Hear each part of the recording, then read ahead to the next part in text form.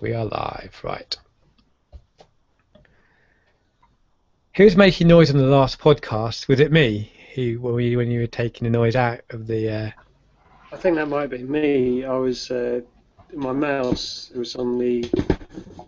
Was it that noise? It was a combination of you and what's his name? Cornish. Can't remember his name. Simon. Yeah. It was mainly Simon, to be honest. Oh, okay, cool. And I couldn't... I also left my NAS box on, which I turned off this week. So should be a bit quieter. Right. Welcome to the Admin Podcast, a podcast for people working in the real world of IT. If you're a sysadmin working on a help desk, you're a network engineer, an IT consultant, or a computer techie who wants to know more about servers, or even if you want to get a job in the IT field, this podcast is for you. Hi, I'm Al. And I'm Andy. And I'm Jerry. Yay! And this is episode... Where are we up to now? 14. 14, God. And it's nearly Christmas, so this is our Christmas edition. Happy Christmas! Yay! So, what have people been up to then? Well, just going on from last week. No, the hard drive backup that we were talking about last week. Then we had that issue with the formatting of it. Yes. Well, as you suggested, I brought that drive back home with me. I plugged it into a Windows box. I was going to boot it up into a Linux one, but I just plugged it in when Windows was on, and immediately said, "Do you want to format this drive?" Of course, that's what we were having the problems with, wasn't it? So we said yes, and it formatted it. And all the problems that we were having on the server where it wouldn't format, as soon as I brought it home, it formatted straight away. So I thought, well, that was nice and easy, and I thought that had cured the problem. But when I took it back, plugged it back into the server again.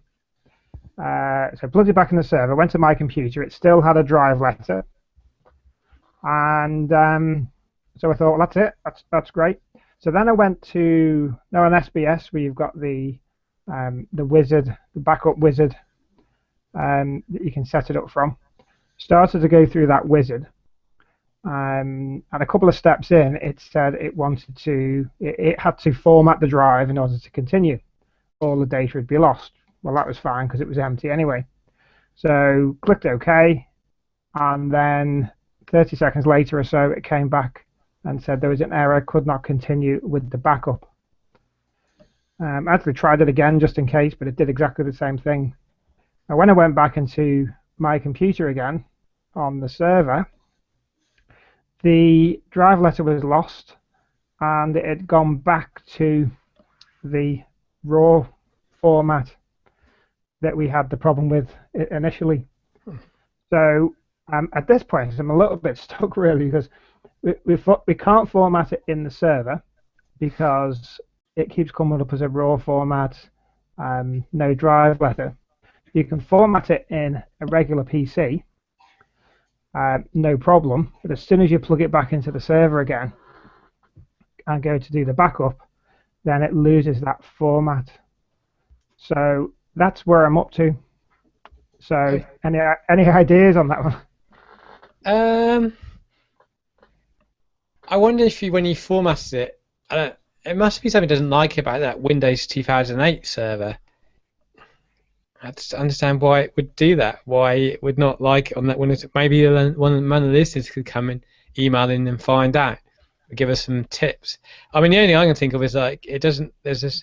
Maybe there's a Windows update we need to run on that machine or something. Or I wonder if we reformat it on your PC, if we could put it back into the server and see if we could copy files to it and see if it lets us actually write files to that machine.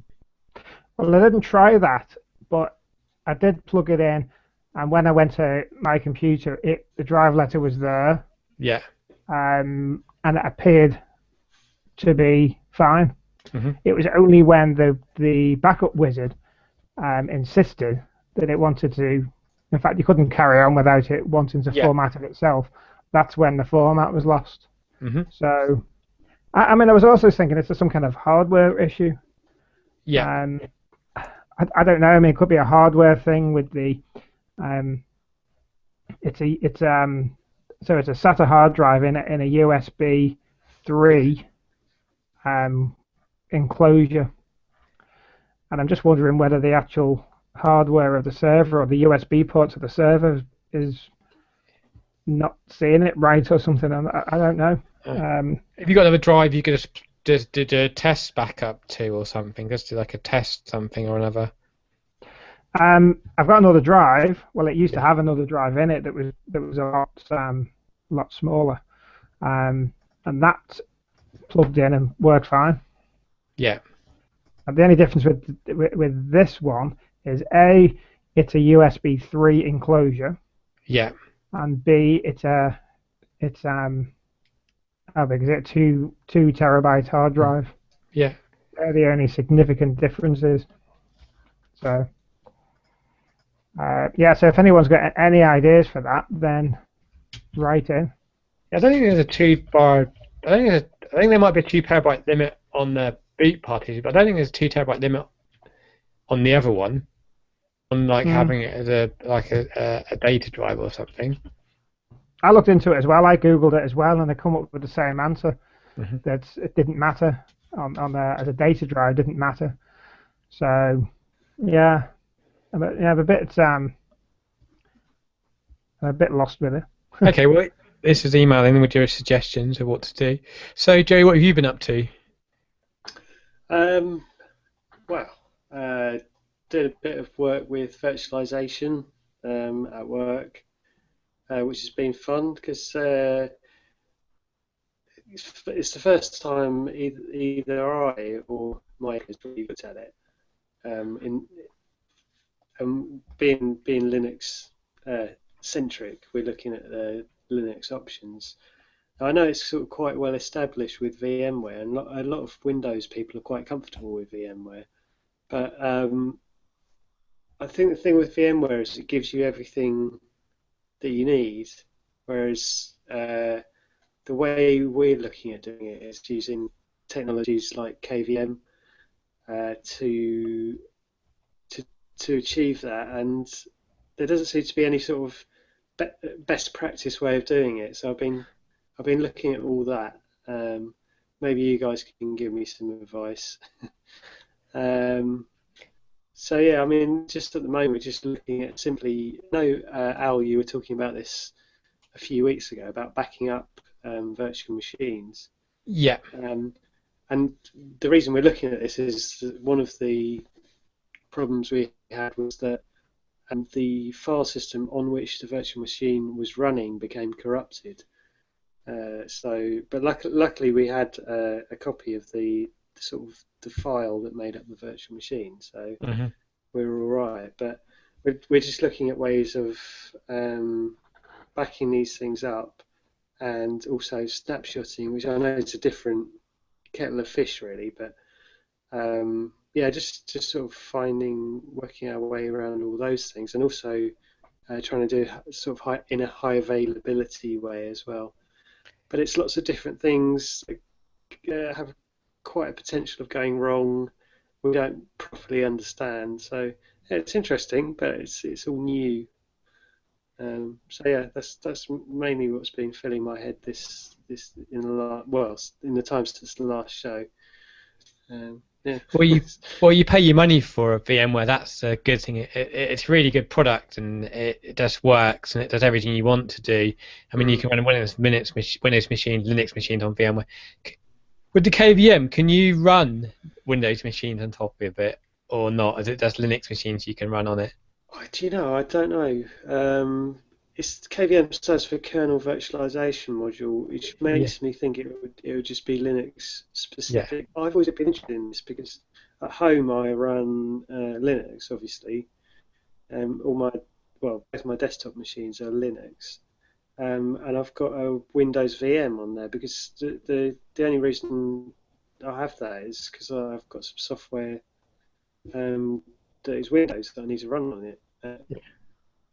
So I've always been interested in that side of it. side of virtualization. Okay. But as far as I know, KVM doesn't. I could be Okay. wrong. Well, maybe we should do a show because I've been doing quite a lot of virtualization stuff for the last couple of weeks regarding upgrading customers got running 4.1 to version 5, which has got about 8 hosts and about 300 VMs on it. So big. Right. So sort of upgrading the bare metal. Yeah. Yeah.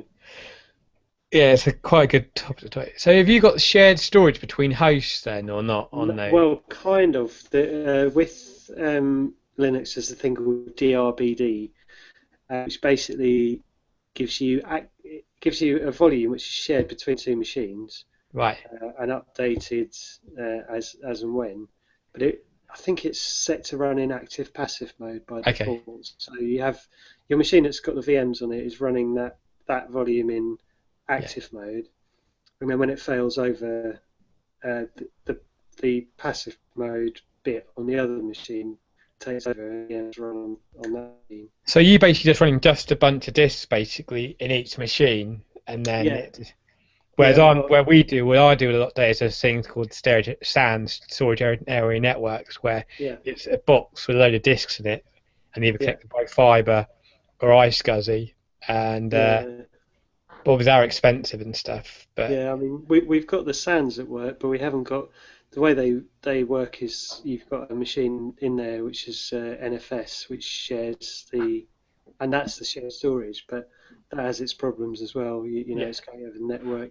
You've got latency issues and things like that. So it's not, you don't really want to run VMs on there. No. So I looked at briefly, but I could never get it working. No. And we haven't had a situation where we plugged several servers into one SAN yet. It's all just one, or actually two servers for high availability. So. Okay. Well, I'm definitely happy. I'd like to know more about your KVM experience. There's something I looked into. Yeah. Is that what like OpenStack uses and stuff? Because I really like to know about OpenStack and stuff as well. Or is OpenStack I'm thinking about? I think OpenStack is like it's like a sort of virtualization framework, open source. But I think if I'm correct, it can run multiple hypervisors. So you've got in Linux, you've got KVM, and there's another one called Zen, which I think Amazon runs on. So the EC2 stuff runs on Zen. So I think the goal of it is to run all these different open source hypervisors and sort of give you a framework. So you have things that do storage, things that do the actual keeping track of where the machines are, failover, and things like that. I think that's what OpenStack does. But I read the document on it, and this was just quite a high-level thing, and it's really complicated. So maybe I'll get to that at some point. Not right now. Good. Okay. Well, I've been dealing with. I remember a couple of weeks ago, I was telling you about a issue with Office 365 where there's a limit that it can only do 25 megabytes worth of the storage attachments to it. And one of the customers said, "Well, I want to know what these emails are so that I can export them." So I did a bit of googling. There's a utility called Xfolder Exporter, which basically you connect to Exchange server, and it basically goes through, and you can run a report, and it will basically go and export all this information for you, and it will basically just tell you who's got the largest item in everyone's mailbox is. So you can then pull that back, and then it's articles, and it will then you can go to each of those users, and then you can do another report inside of Outlook, which basically tells you what the size of the image, to find the size of which of those objects are over 25 meg, so that the user can export them if they want to keep them. If they don't want to change them, don't want to copy them across to the Office 365, or they can't copy them to Office 365, but they wanted to save them. So yeah, and also that issue this week with my VPN client back into work is that it wouldn't kind of the screen wouldn't the adapter, the little like you click on a little icon, a little padlock, and it will basically say connect to the office, but it wouldn't appear. But apparently, I had an problem where I think it's because I've had dual screens on it, and I've only gone to one screen, and like you just can't see the windows.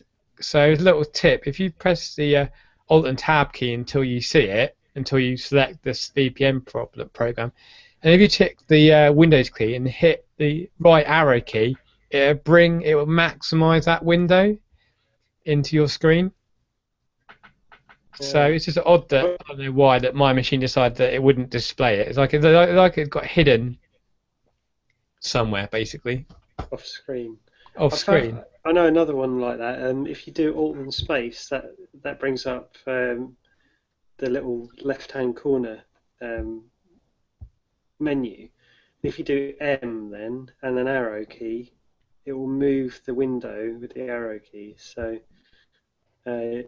usually it kind of makes its way in from one side of the screen or the other when I've done that. Yeah. So the other thing I've been doing this week is about AD migrations and looking at decommissions and all domain calls. But for some reason, this company had they had group policy objects which were deploying applications. With a group policy, you can deploy applications, but the problem is if you remove a group policy, it kind of removes the application from the PC. So if we did remove this, if we remove this group policy, it would remove the application from all the PCs. The problem is that in the group policy, you basically tell it where the software, the MSI file is, and they put it on the DC. It's like // dco1 / acrobat reader.msi or whatever. And obviously we were decommissioning dco1, and it means everyone has got loads of group policies. But apparently you can use ADSL edit to go in there and edit that file, edit that group policy, because there's no way you get to go into group policy, into the group policy management console and go in there and edit it. There's no way because it's just like blanked out. But you apparently can edit it through ADSI edit. So, and interesting as well. There's a blog post I found the other day about what is the impact of upgrading domain or forest functional levels.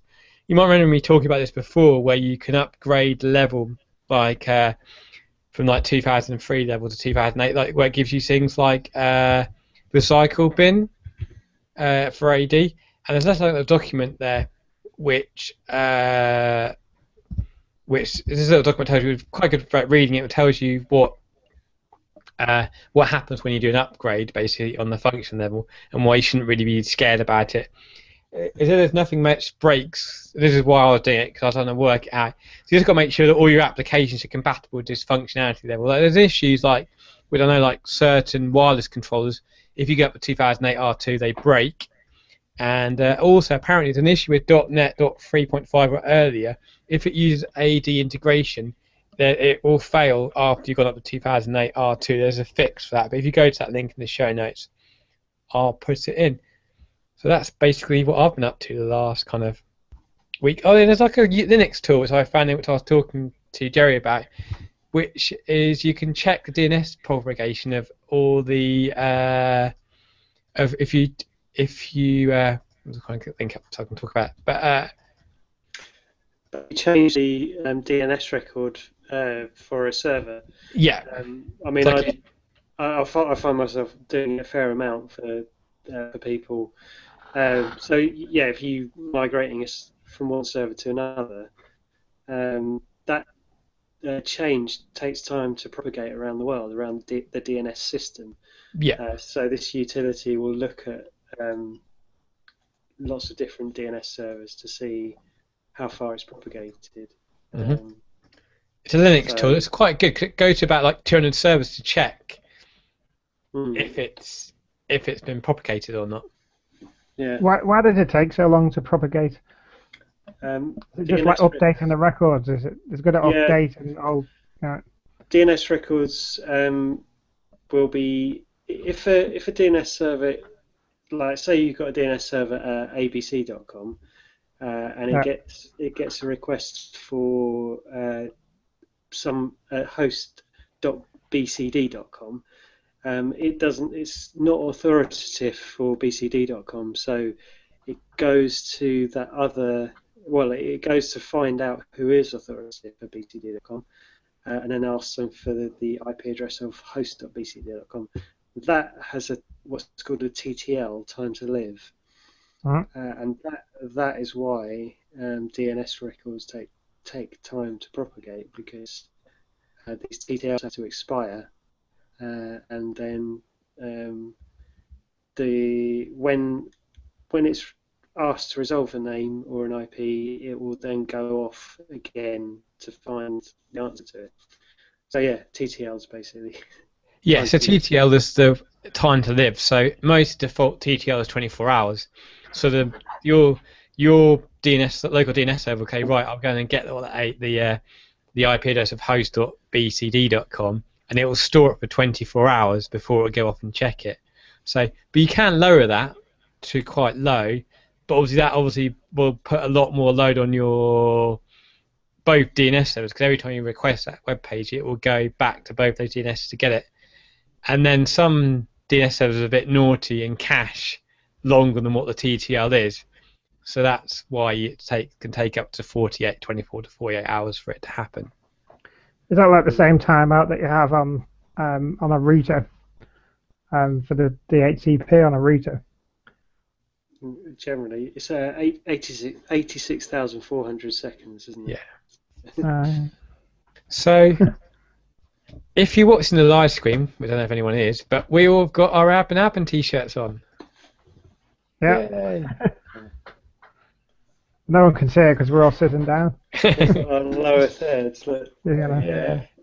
There we are. So, we were going to have a competition to win one, but we still haven't really decided how. We want to do it so we want people to promote the site, basically, to get us out there, so get more people listening to us.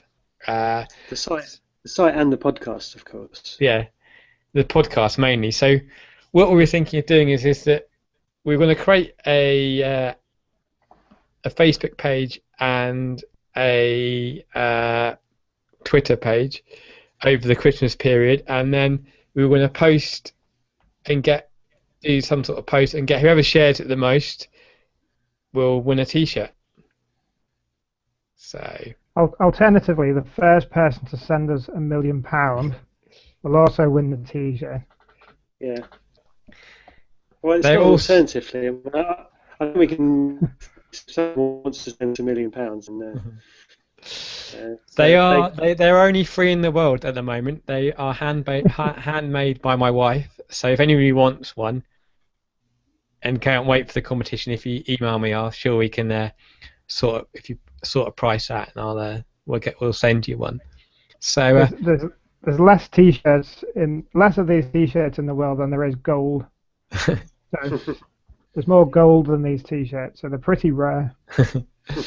Yeah. So we're going to do a bit of a special thing tonight about talking about podcasts, because it's our Christmas special, and how we got into podcasts and what got us into listening to podcasts. And then we were going to each of us do a little bit about how we got in. Well, I think we should just go through the techie podcast first, what we think we do for our jobs, and then for what relates to podcasts. Then we'll each of us kind of do our own little bit, and then say how we got into podcasts and what our other podcasts are, rather than the podcasts, what are podcasts rather than techie ones, kind of thing. So find something interesting. So these are in no kind of order. So we've got the Security Now, which is like a weekly show, isn't it, Jerry? Yeah. If I say people's names wrong, I'm not very good at reading names out. So is it Steve Gibson who? It is. Yeah. He's. It's one of the oldest podcasts as well, apparently. Him and Leo Laporte have been doing it on the Twit network for I don't know, 10 years, something like that. But yeah, he'll basically explain to the nth degree anything about security, and also his hard drive recovery tool, SpinRite. Yeah, and his Squirrel thing at the moment as well. Yeah. That sounds interesting, though. It's kind of encryption for everyone, isn't it? Kind of thing. It's a really good show, but you have to really concentrate when he goes off one. If I stop listening to the podcast and then come back to it later, like if I get to work or something, then I'm completely lost. Yeah. I mean, I can. Yeah, it's one that you have to devote a lot of time to, but it's worth it. It is worth it. It's like I don't know, carving something out of wood. It demands that level of concentration, but you can get really good results. And they always have good show notes as well. Yeah. Okay, well, then we've got the Mike Tech show. It's it's one that gets put onto my top of the list. It's all about guy Mike Smith. He's a IT consultant. He does kind of work for small businesses and home users or whatever. But he's got a really good presenting voice, and the questions he gets asked are always quite good. And I just really enjoy listening to it. That's it, and then that's through that one that that you sent him an email, didn't you? And I listened to it. Yeah. So it's because of Mike reading that email out that this podcast exists. Mm. So, but yeah, it's one of my favourite ones as well, definitely. I mean, it's not really techie like servers and stuff, but it's just good to know about different PCs. Just the way he presents it, it's really well. So, Podnuts Daily we've got on the next list. It's like is a weekly call-in show presented by Jeff Hallish, who kind of they just talk about computer tech stuff, computer repair businesses. It's quite good. That's it. That's much more, as the name suggests, more of a day-to-day computer shop running, mainly about home computers. I suppose most people have, on the people bringing them into their workshops to get fixed in there. And they're just talking about the daily routines and the daily problems that they have and the daily methods that they have. I was on Podnuts Daily once. Mm-hmm. I can't remember what episode it was on. It was a couple of months ago, I think. Yeah, then we've got Geeksters, which me and Andy were on, which is a really good podcast. It's basically got Martin, Mitch, and Tim, and they just talk about geeky stuff and anything geeky computer-wise. And obviously Martin runs his own IT consultancy company, so that's always quite good. It's always quite, and then Tim's laugh is so funny as well. So Tim's great. That's it. There's a bit of everything in that podcast, isn't there? It's not just about computers either. It's about. I mean, the field of tech is so vast, isn't it? So they talk about all sorts of stuff. That's definitely worth listening to. It's a bit laid back as well, isn't it? Yeah, that's what I like. I like the podcast where there's people just chatting. It's quite good, like our just show. Chatting about whatever. A lot of funny stuff happens as well. Quite a bit of laughing. So it is one of my favourites as well. Yeah. We've got My Hard Drive Died. It's quite a good one with Scott Moulton on it, and it basically just talk about hard drive recovery. It's a really good show. That guy knows his stuff. Oh, it definitely does. Yeah, it really, really does. I mean, that show was on for quite a while, wasn't it? And then it stopped for at least a year or so, and it started off quite recently. Didn't you say there's been three kind of recent ones? Yeah, there was one talking about RAID. This week was about Microsoft, Macintosh or Apple's file system, and I think the first one was just like a recap one, and it's really good. And the guy, apparently when he first started, people were moaning from the kind of recovery business saying, look, you're giving all our secrets away. Then I've got one that's called Run Us Radio. It's really good. It's like a weekly thing. It's called Richard Campbell does it, and it's basically just all Microsoft tech stuff.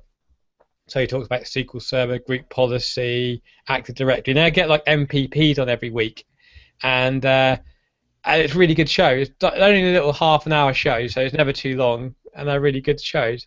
And we've got TechSnap, which I really like. I don't know if I really like the guy who presents it, Chris, but I really like the guy, Alan Jude, who presents it with him. He knows his stuff about BSD, and all that kind of thing. He knows the security inside out. He's always got something good to tell you about it. I mean, if I had more time in the world, I think I'd definitely want to learn BSD. I think it's quite a good platform. So you just need to get your head around it, isn't it, Jerry? Apparently so. Yeah, I haven't got around to BSD yet. A friend of mine was trying to encourage me, but he said I should put it on my laptop, but I'm not sure about that. I think I might want something a bit easier to use. And problem with BSD is a lot of it has a lot of the open source packages, but a lot of them are quite out of date. Right. But it has this kind of a different way of doing things. So yeah, it's definitely on my list, but at the moment I just haven't got time. But it's definitely a good show, and they have like a call in. They have a thing in every week where people write in, and then they answer your questions. They normally been Linuxy stuff, so that's quite good. And we've got Go ahead. I was just going to mention on TechSnap. I was listening to an episode the other day, and they started talking about like a ATM scam, and I thought I really don't want to because I hate fast forwarding through podcasts.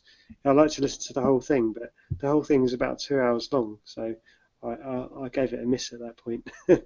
Maybe I'll go back and listen to it later. Yeah, it's good. I don't know about that. What the ATM scanner was about. I think they managed to kind of put something in between the USB reader and the actual device, so that before it actually got to the machine. So yeah. The text bets the next thing is Mike and is it Carrie Holzman?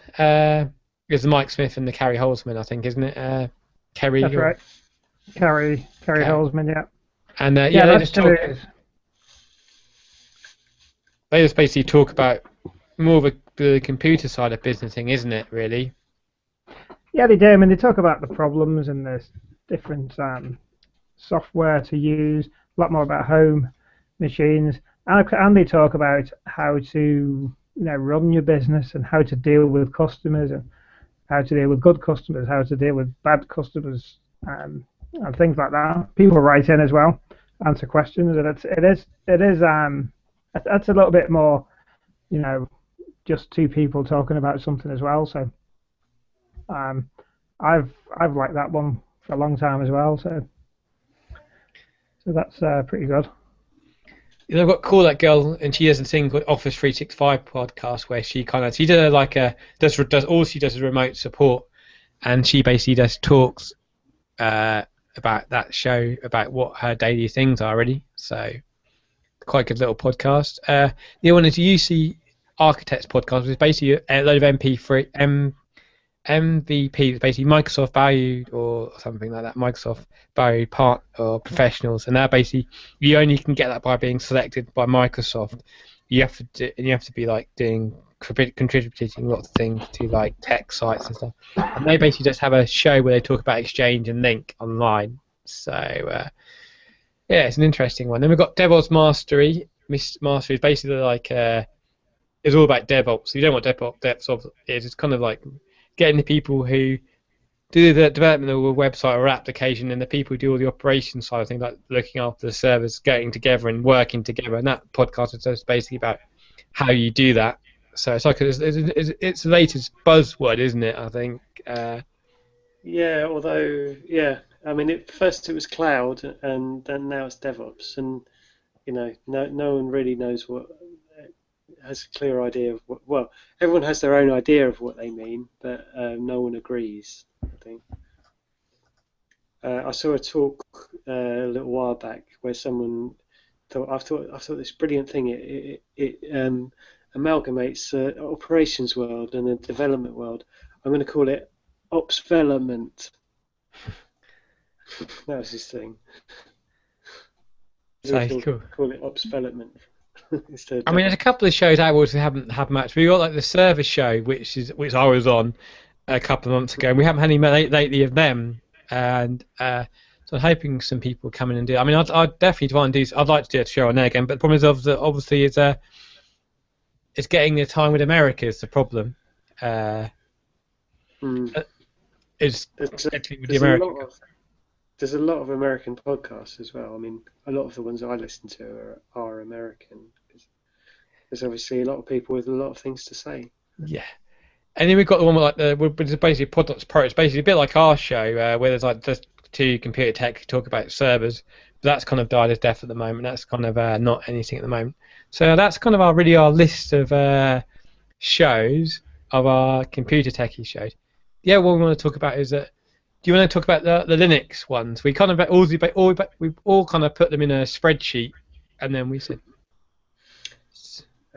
Yeah, so we got well, the one that me and Al listen to, at least, Linux Outlaws. Not much longer for this world now, but yeah, that's Dan and Fab. It used to be weekly, but they haven't been able to do that lately, and they're ending. They've got 2 more left to broadcast, I think, or 2 more left to release as a podcast. And apparently they've done their last live show, because they do a live show every week as well, which I missed, which I'm really quite upset about, because I was meant to get round to watching a live show but never did. So you can still watch them; they're all on YouTube. So. Yeah. But yeah, so Linux Outlaws.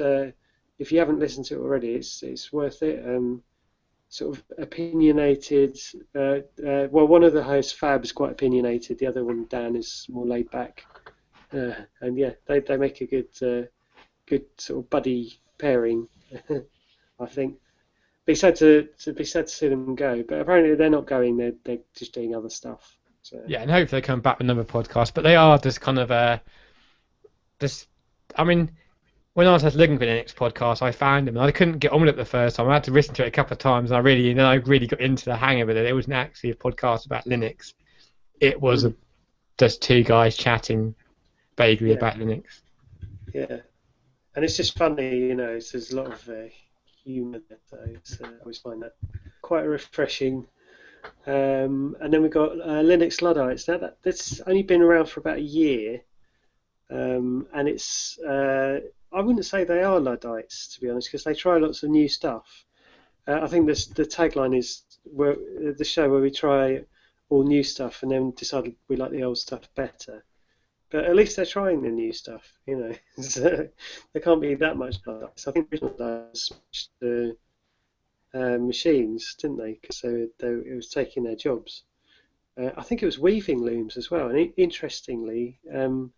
Weaving looms were the first things to use punch cards, and that's how they made their way into computers. And we have met them at OddCamp. Yeah. We talked to was it Paddy, Joe, and Jesse, who are the 3 Linux Luddites, the 3 that we know of anyway. Yeah, had a good chat with them, didn't we? Yeah, it's really good. Yeah, and I really like the show. It's quite good. They kind of just chat and stuff, and I think there's a lot of production behind the back of it too. I'm guessing. I think they do we do a hangout and then kind of cut it all up together, whereas we kind of just push it straight out, kind of thing. Yeah, I mean they never seem to talk over each other, and it seems quite sort of scripted. I always thought it was scripted, but apparently it's not. But it's all very well produced. I think Joe Ressington is the audio guy, so that's probably why. Then we've got Ubuntu UK podcast, UUPC, which is exactly what it says on the tin. Really, they sort of do Linux news, Ubuntu with Ubuntu related. Which is that's always good fun. They were actually how I heard of Linux Outlaws, because I was listening to Ubuntu UK at OddCamp, one of the OddCamps, and Dan and Fab were on the panel, so that's how I heard about Linux Outlaws. I got into Linux Outlaws. So yeah,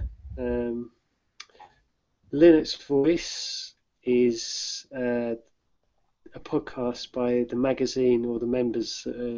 Staff of the magazine of the same name, and they were, was it Linux Format until recently? Until they quit or something, yeah. Yeah, and started their own sort of independent magazine. We saw them at OddCamp, didn't we? They had a stand there, and they were on the panel.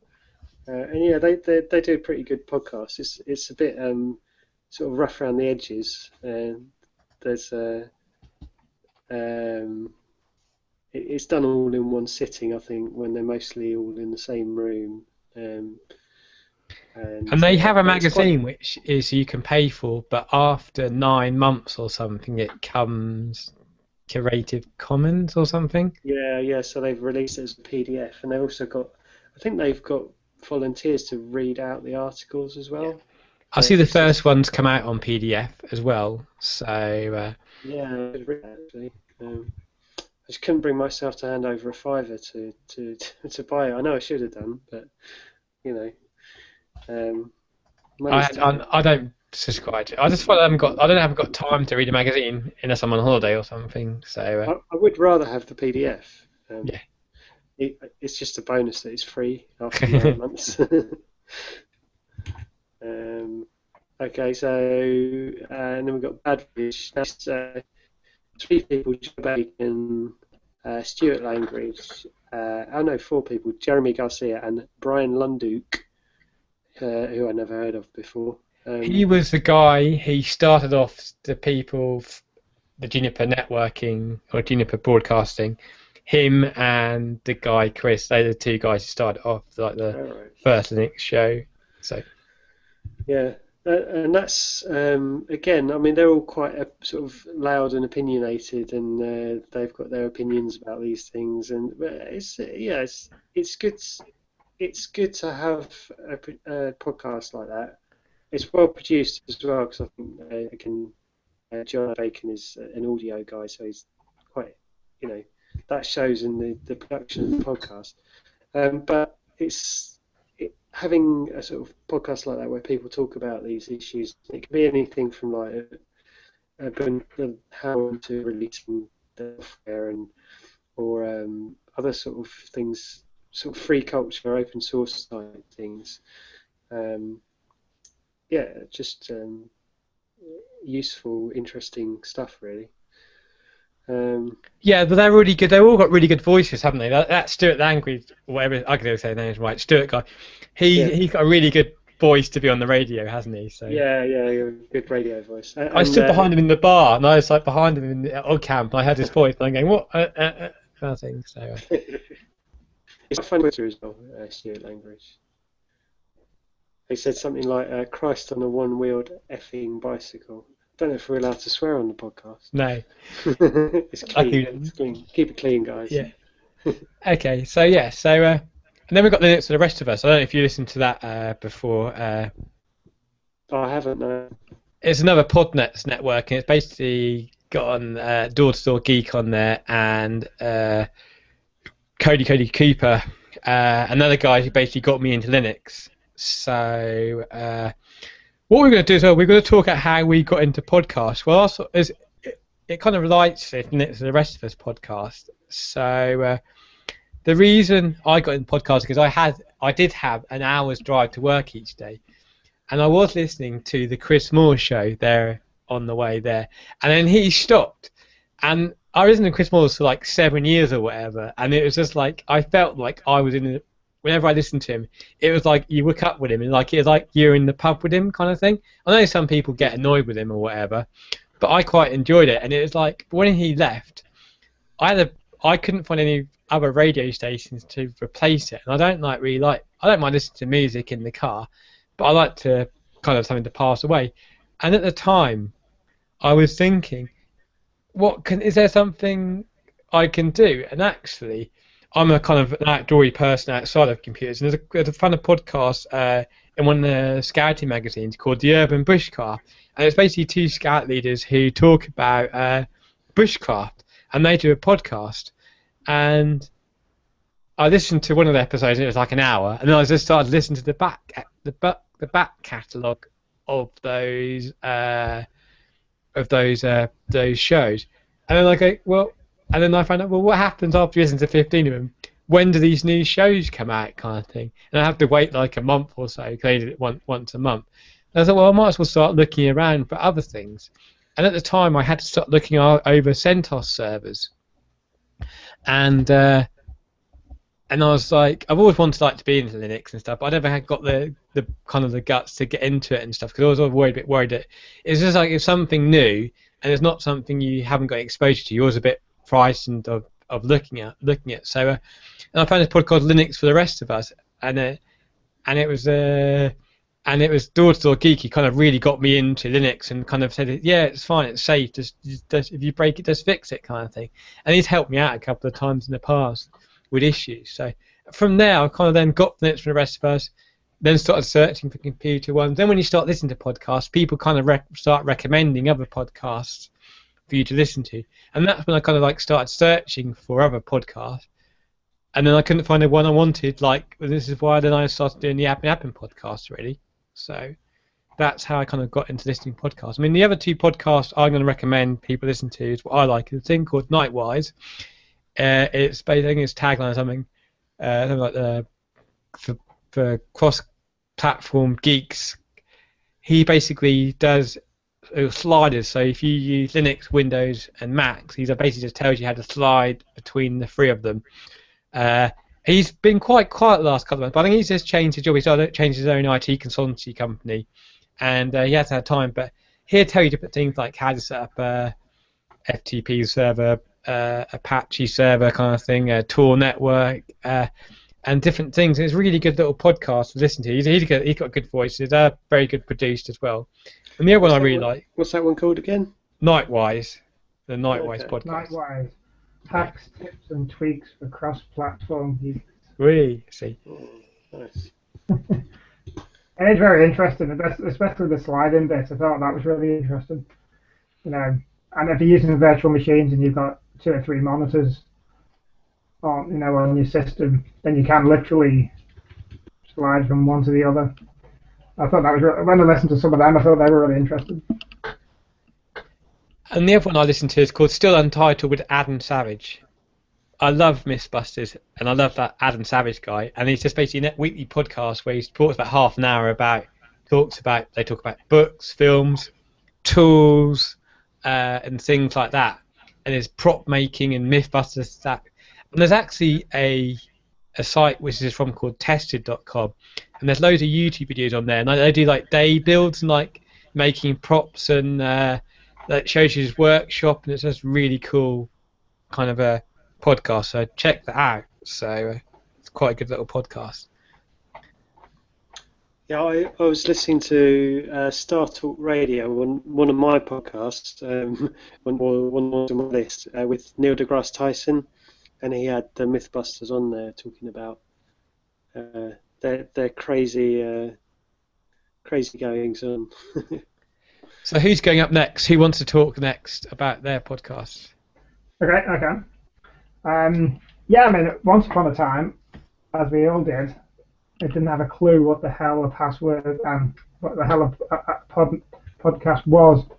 And it must have been it was on my first, what you'd call, smartphone. And as you do, you're playing about with it, and I came across a section which said about podcasts, and I thought, well, what the hell's a podcast?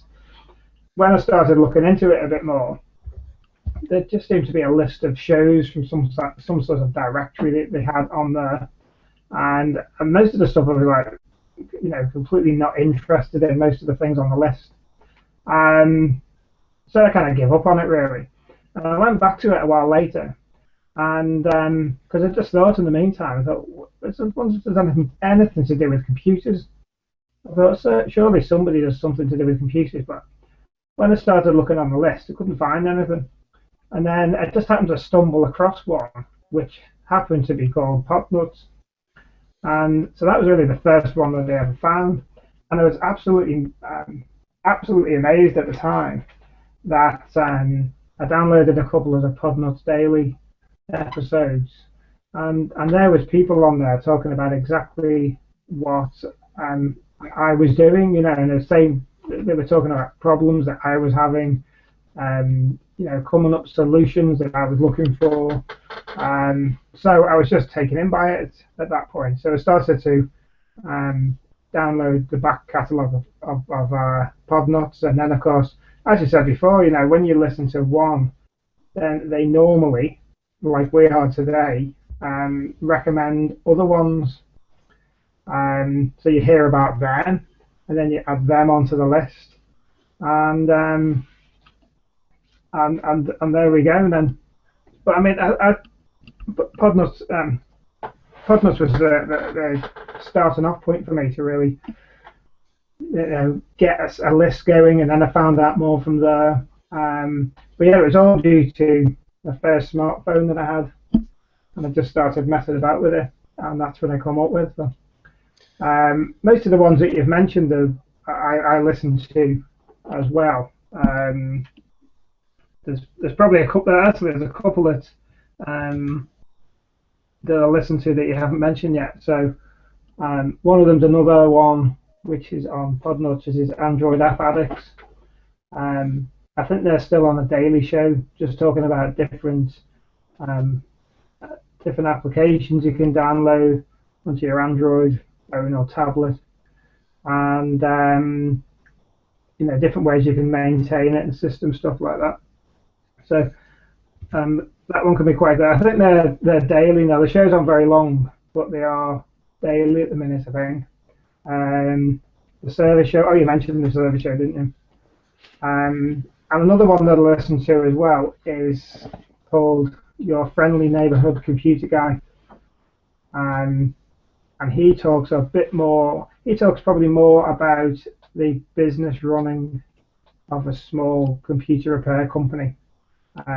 Things you should be looking at for advertising, how to deal with customers, getting systems set up and stuff like that. So they're the ones, and there's quite a few that you've mentioned as well that I listen to as well. So they're the tech ones that I listen to.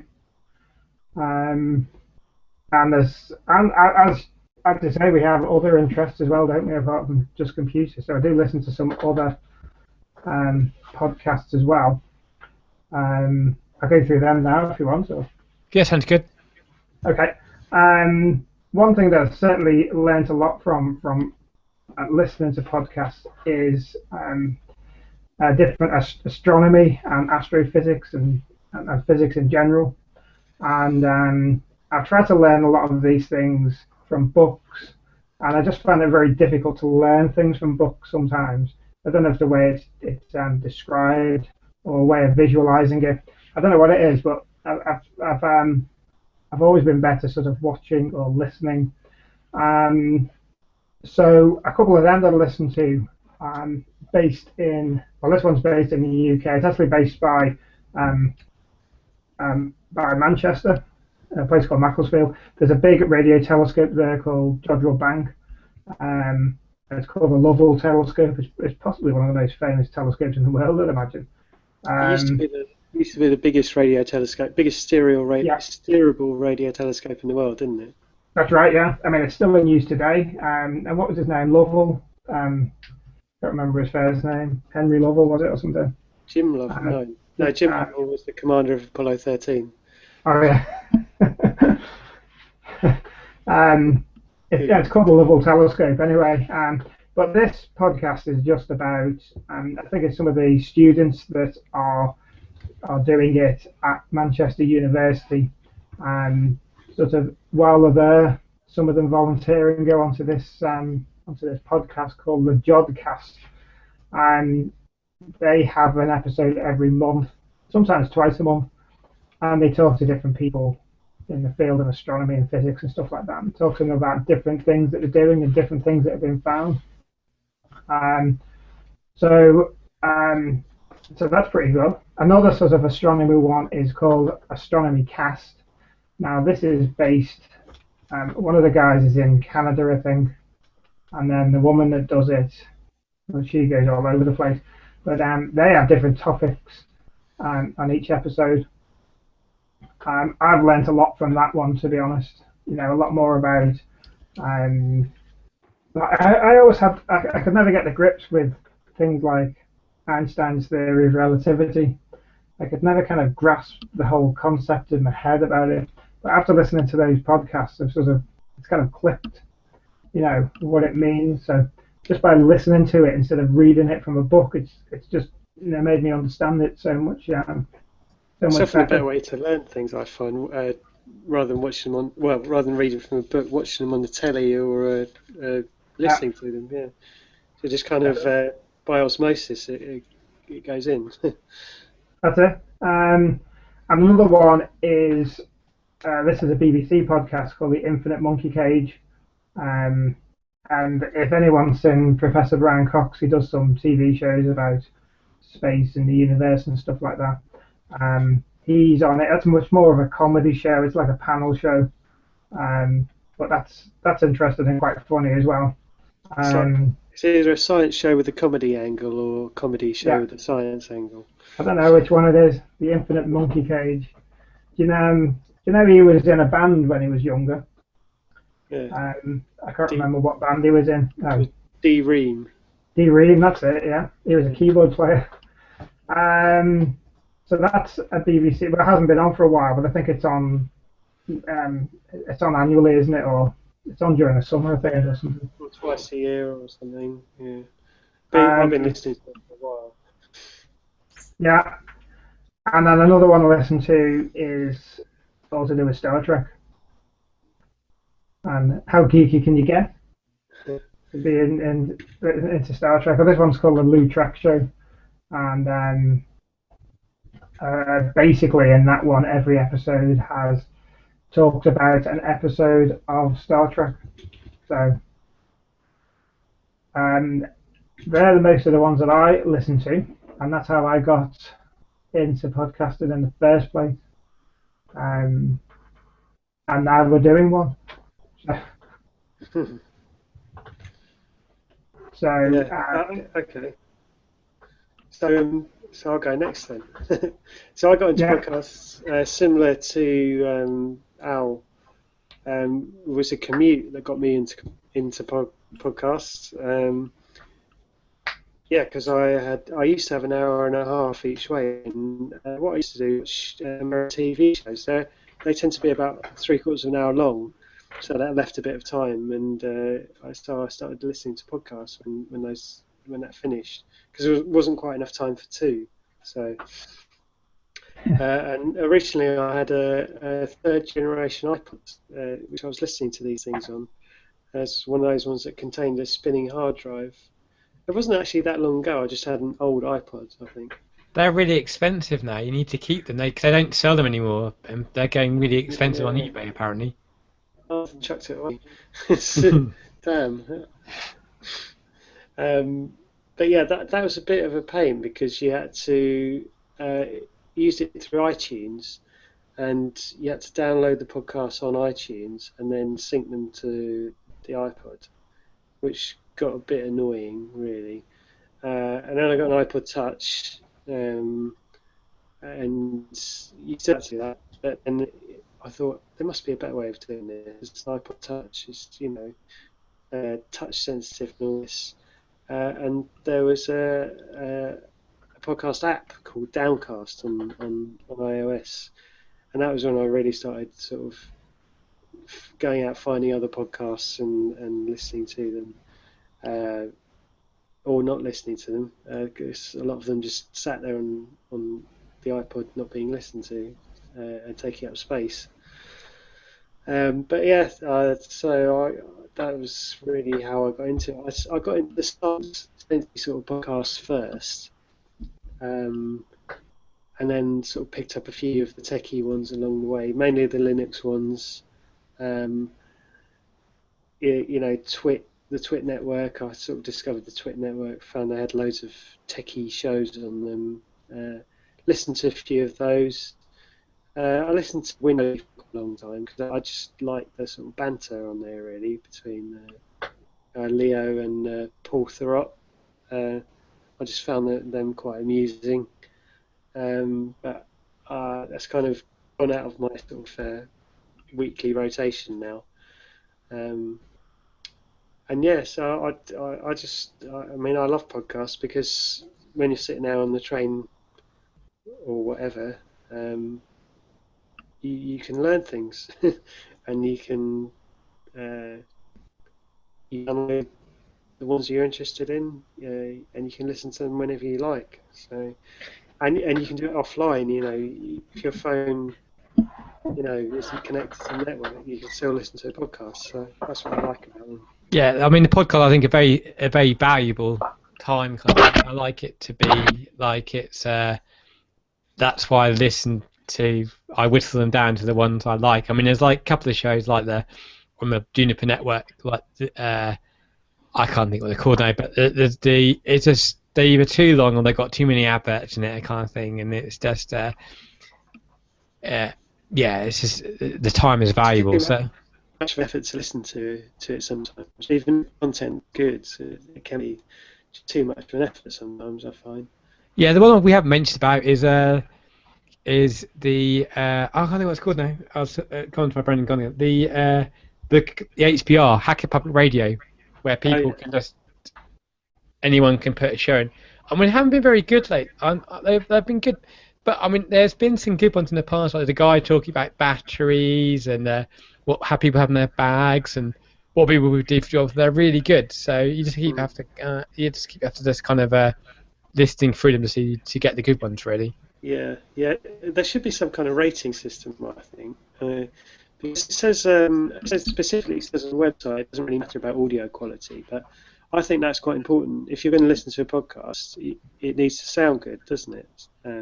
Because it's an audio format, it's an audio medium, so it needs to sound good. And you should make at least some effort to doing that. You know. But yeah, no. So it's very democratic in that everyone gets a show. So what are your podcasts you listen to other than the Linuxy and techie ones? I have got quite a laundry list. Well, I want to mention Floss Weekly because I've found out about a lot of open source applications and projects on there. They interview the project lead or someone, some organisational person to do with things like I listened to one about Puppet, which got me really interested in that, and there's all sorts of other ones. Take a look at the archive. There's pretty much everything on there. I'll just go down the list. Triangulation, which is talking to various people, various techie people. The last one that I listened to, he was interviewing one of the designers of the Mars Curiosity rover, which is really interesting. Radiolab, it's kind of, you generally get sort of 3 different stories around a theme per episode, but it tends to be a sort of sciencey, techie sort of theme. It's really well produced, really good. Naked Scientists, I think that runs on one of BBC regional stations. I think it's people from Cambridge University, just talking about scientists, but they're quite it's quite sort of hardcore, but it's like a sort of news show, so it's quite good in that sense. Costing the Earth is a Radio 4 show, environmental issues basically, quite interesting. Little Atoms is really good. Its tagline is a radio show about ideas and culture, and often those ideas are sort of sciencey based, but every now and then he's interviewing someone about their latest novel, which he's read and find interesting, but I don't always. So it's well, it's not bad, but it's interesting and not so interesting to me anyway. Twist, which is This Week in Science. Now this has been going for I think well over 10 years now, and it's basically, it used to be 2 people, a doctor of neuroscience, or some kind of neuroscience, and a car salesman, American, but they talk about science news stories of the last week, so that's always interesting, good for keeping up to date. Guardian Science Weekly was the first ever podcast I listened to, so I always listen to that. Always interesting. Recycled Electrons. I've almost finished. Don't worry.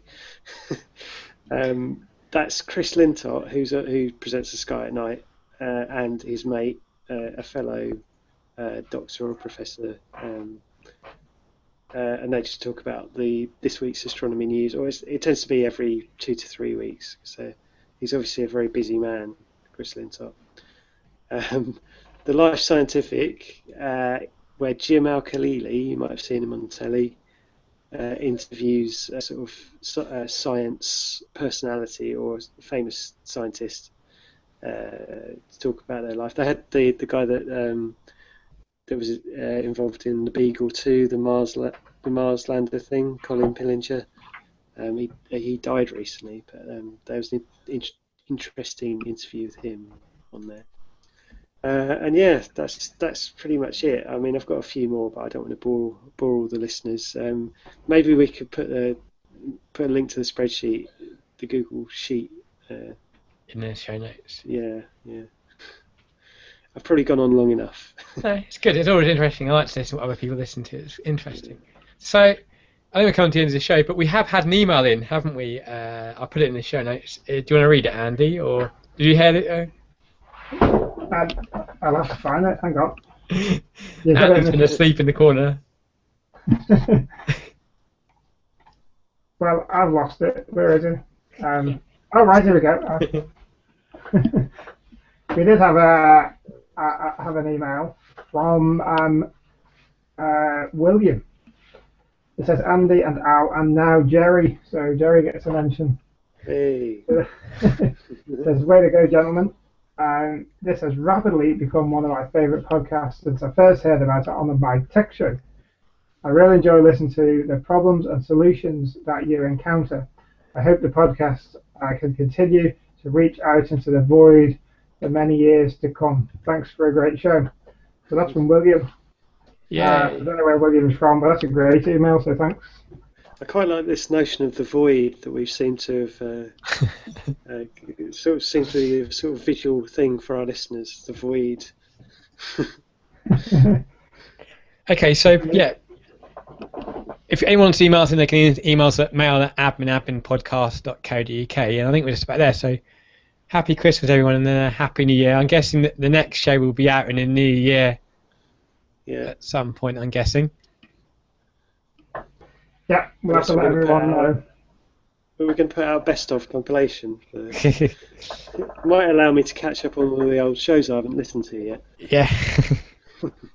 I'm quite pleased we actually got to the 14 in so quickly timed, so it's good. So speak to you all soon, guys. Merry Christmas and Happy New Year and stuff. So see you all soon. Don't eat too many mince pies. No. Bye. Cheers. Bye.